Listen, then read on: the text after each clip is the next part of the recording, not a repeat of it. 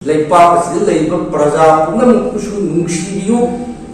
praja tanda leng paliba usek pasek hawiba pagi nugi dunia nungsiba tang Manipur kirang thopada Bharatiya Janata Party ki haibam thokpa koina sum toina haibse Congress ka kuki militant susika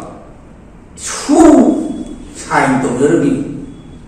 madagi Manipur si budget tana da thugai ba Congress party ne injil di adagi di moi hai jam jam de ba tai na me da ama mamang ki sarkar na suelo badagi ni adagi khara yam toina atu he na tri hai ngai si leita ba si wakhal da subat aga kari hai si e na sungna matam mahang ne do sarukudi shanti karwai porkani